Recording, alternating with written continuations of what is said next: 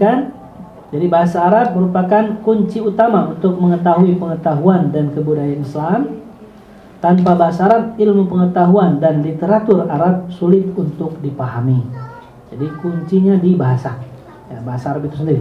Kita mau baca kitab-kitab karangan ulama-ulama dulu, ya, muslim dulu, bahkan ilmuwan-ilmuwan dulu juga itu dituangkan dalam bahasa Arab. Jadi kalau kita bayangkan dulu peradaban Islam, ya, semua literatur, semua ilmu itu ditulis dalam bahasa Arab. Dan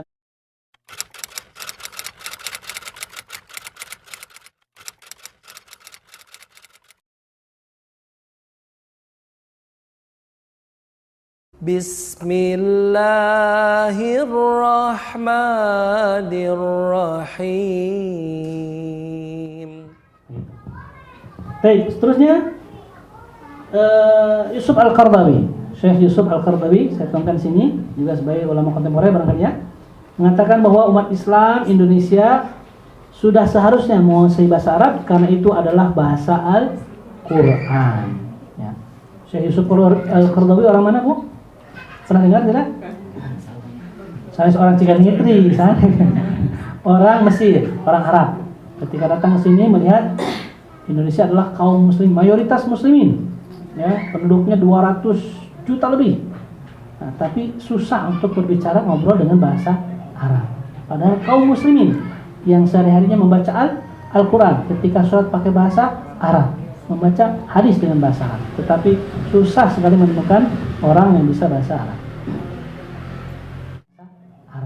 Padahal kaum muslimin yang sehari-harinya membaca Al-Quran, ketika sholat pakai bahasa Arab, membaca hadis dengan bahasa Arab, tetapi susah sekali menemukan orang yang bisa bahasa Arab.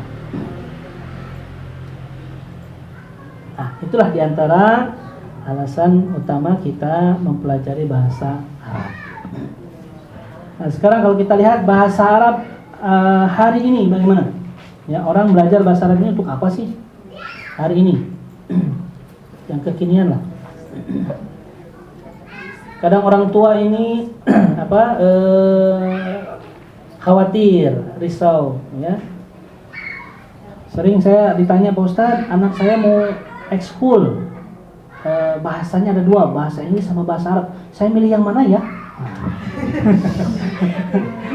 Ya, sampai galau gitu ibu-ibu ya.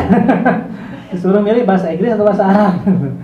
Ya kalau bisa dua-duanya nggak apa-apa, kan ada masalah gitu. Nah, sebetulnya bukan itu, ya, kegalauan, kegelisahan itu bukan itu. Karena kalau belajar bahasa Inggris biasanya atau umumnya nanti masa depannya agak cerah, gitu ya. Bisa bahasa Inggris nanti bisa kerja di perusahaan asing, ya, karena pengantarnya pakai bahasa Inggris, ya. Diterima di perusahaan anu, bisa bekerja di perusahaan anu, gitu. Nah, kalau bahasa Arab gimana?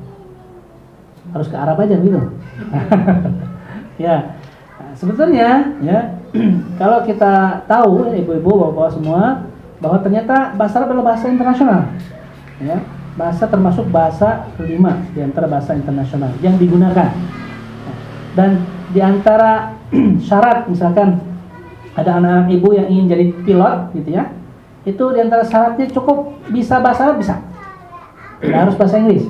Ternyata bisa bahasa Arab saja cukup, ya, tidak harus bahasa Inggris, gitu. Artinya kalau orang atau anak-anak kita belajar bahasa Arab dari sekarang sampai mahir, nanti mau jadi pilot bisa, ya, saya mau jadi pilot, ya, keliling dunia, itu bisa, hanya menguasai bahasa Arab, gitu. Dan itu sudah ada aturan. Jadi insya Allah jangan khawatir, ya. Kemudian nanti bisa jadi penerjemah freelance, karena buku-buku yang dipercetakan kita ini penerbit besar itu ketika yang berkaitan dengan agama biasanya itu mengambil terjemahan dari Arab, dan itu memerlukan banyak penerjemah.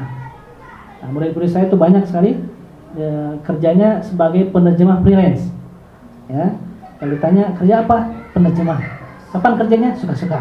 Nah, asalkan terjemahin dapat pendapatan. Nah, itu sudah luar biasa. Jadi masa depan pun cerah, Bu, dengan bahasa Arab, insyaallah, ya. Walaupun mungkin tidak secerah hari ini. Ada cedung. Ya. Itu ya. Jadi yang pertama orientasi religius, karena kaitan dengan agama, maka orang belajar bahasa Arab. Yang kedua, orientasi akademik ilmiah. Orang kuliah ya, jurusan ke UIN misalkan ya.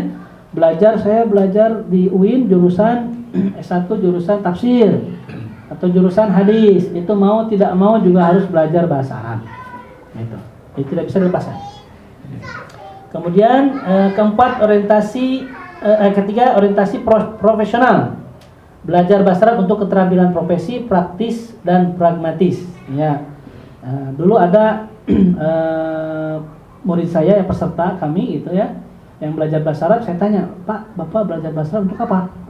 Dan saya lihat ini sudah orangnya mampu lah, orang kaya. Gitu. Ternyata beliau adalah kontraktor. Kontraktor, tahu kan kontraktor ya? Bukan tukang kontrak, bukan. Ya, kontraktor. Bukan kontrakan. Ya, kontraktor. Jadi dia niatnya ingin berbisnis dengan orang Arab. Ya, saya ingin pergi ke mana? Ke Qatar, ke Dubai, tawarkan untuk bisnis properti, bangun rumah, bangun dan sebagainya. Itu bisa, sama. Ya, jadi ada dorongan untuk belajar bahasa itu sampai ke bisnis pun nggak ada masalah. Ya sama lah dengan bahasa-bahasa asing yang lain. Kemudian yang keempat, orientasi ideologis dan ekonomis, yaitu belajar bahasa Arab untuk memahami dan menggunakan bahasa Arab sebagai media untuk kepentingan orientalisme atau hegemoni sosial, politik, dan ekonomi. Banyak orang Barat gitu ya, yang sengaja belajar bahasa Arab karena hanya ingin meneliti budaya Arab, ingin mengetahui politik Arab, ya, ingin mempelajari ekonomi Arab dan lain sebagainya.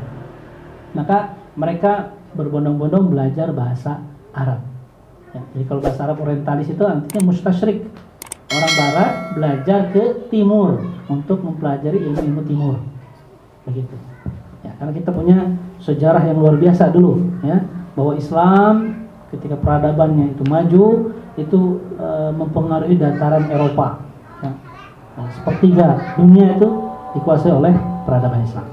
Sedikit lagi ya, Bu, insyaallah. Ini sudah saya cepatkan ini sebetulnya. Agak lari. Ya, kita lanjutkan. Jadi bahasa Arab merupakan kunci utama untuk mengetahui pengetahuan dan kebudayaan Islam. Tanpa bahasa Arab, ilmu pengetahuan dan literatur Arab sulit untuk dipahami. Jadi kuncinya di bahasa. Ya, bahasa Arab itu sendiri. Kita mau baca kitab-kitab karangan ulama-ulama dulu, ya, muslim dulu, bahkan ilmuwan-ilmuwan dulu juga itu dituangkan dalam bahasa Arab. Jadi kalau kita bayangkan dulu peradaban Islam, ya, semua literatur, semua ilmu itu ditulis dalam bahasa Arab. Dan nanti dataran-dataran lain, ya, itu berbondong-bondong untuk menerjemahkan ke dalam bahasa mereka. Baik dari Barat, dari Asia, ya, itu semua berbondong-bondong. Ya. Jadi kalau kita bayangkan pemuda-pemuda pada waktu itu, ketika Islam itu dalam puncak peradaban, mereka berbondong-bondong belajar bahasa Arab. Dan orang yang tidak bisa bahasa Arab itu tidak keren. Gitu. Ya. Jadi kalau hari ini barangkali kamu bisa bahasa Inggris nggak? Nggak bisa, nggak keren. Nah kalau dulu kamu bisa bahasa Arab nggak keren. Nah, yang keren itu bahasa Arab dulu. Lain balad begitu. Hah? Lain balad. Lain balad. Gambaran sederhananya begitulah. Ya. Tapi bukan untuk mengkambing hitamkan bahasa Inggris ya, bukan ya. Baik, selain sebagai bahasa agama, bahasa Arab merupakan bahasa pemersatu berbagai suku bangsa pada masa jahiliyah hingga saat ini. Bahkan bahasa Arab juga sudah menjadi bahasa internasional. Ya, sampai hari ini bahasa Arab adalah bahasa internasional. Sampai hari ini. Ya, dari dulu sampai hari ini. Bahkan kalau kita lihat bahasa Ibrani ya, di Israel itu Bu, ya sekarang kan menggunakan bahasa Ibrani. Bahasa Ibrani itu qawaidnya, struktur gramatika bahasanya itu persis mirip sama dengan bahasa Arab. Hanya vokal ejaannya saja yang berbeda. Jadi mereka juga memilih. Kemudian bahasa Arab bukanlah milik bangsa Arab atau umat Islam saja, tapi milik seluruh umat. Hal ini dapat dilihat dari penggunaannya dalam salat dan komunikasi antar bangsa.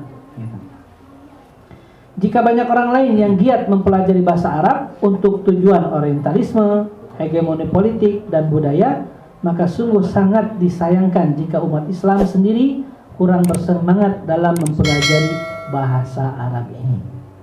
Ya, mudah-mudahan setelah hari ini kita jadi berubah, ingin bersemangat belajar bahasa Arab. Insya Allah Baki ya, hadir untuk menjawab kegundah gulanan itu. Ya, dengan hadirnya metode Baki ini mudah-mudahan ya ibu-ibu bapak bisa belajar dengan enjoy, yang mudah, cepat, sistematis, ya, tanpa ada tekanan-tekanan. Gimana ya, susah, nggak bisa. Enggak, kita mengalir saja karena kita belajar nanti dari dasar, Bu. Ya, nanti belajar sama Ibu Yuli itu dari dasar, ya, dari mulai membaca, menulis, bagaimana cara menulis huruf hijaiyah, bagaimana cara membacanya, bagaimana cara mengeja huruf-huruf yang ada dalam Al-Quran dan lain sebagainya. Jadi sangat mudah dan tidak disyaratkan untuk bisa baca Al-Quran dulu. Sedangkan kalau kita lihat, kalau ingin belajar bahasa Arab ya di tempat lain barangkali disyaratkan bisa baca Al-Quran, di Baki tidak. Jadi kalau saya belum bisa baca Quran, gimana mau belajar Baki? Boleh, silakan. Karena memang dari dasar, dari nol, dari alif dulu, ba, ta, nanti ada nasyidnya seperti tadi Ustaz Qasim.